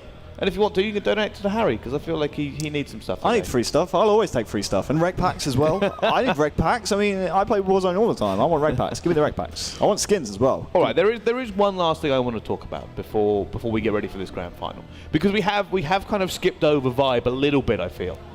We haven't talked a lot about them. But what do you think of Vibe coming out of the back of that? Was it just they were outclassed? Were they making a lot of mistakes? Where do they improve? And what do you think of them now? For me, it was a case of all of the Xmen players just catching fire at different points. We saw, Jimbo going off, Snipedrone going off. We've talked about it before. And I think they kind of lost belief when they got sort of into the last few games there, where they got a bit of a crushing on that Strongholds game. It's so hard to come back. As Jim mentioned on stage in his interview, once you get momentum in Halo 5, it's difficult to stop players. And when they're pulling off sick plays, there's not really anything you can do when Jimbo and Snipedrone are going off. So. Yeah, and when we were talking pre-tournament coming into finals, we always said there are kind of 2 tiers within these 4 teams. We've got Xmen and Fabi, who are now in the final. They're definitely our tier 1 teams here, and then Infused and Vibe just a little bit behind it. I think we saw just Xmen outclassing Vibe in that series, but it was still a very strong showing from them, I think. Yeah, I think so. I just kind of want to touch on it. I feel like in fairness, for a good reason. Yeah. That entire analyst segment was, wow, look how good the Xmen were and going off. And I just wanted to kind of touch base on Vibe to kind of feel out where they actually were in that part here. And for me, I think they still had a good show. There obviously is some stuff to work on, and maybe it's just a strong roster from the Xmen that really kind of shut them down in the end there. However, that kind of wraps up everything we've had here and now. Coming up next, the grand final. We had 6 teams enter this season. We had 4 teams enter the finals. We are now left with just 2. There is no second chances. There is nothing else to come through. It's going to be the grand finals here at the EU HCS Pro League Summer Finals. Coming right after this break, it's Fabi versus Xmen. See you soon.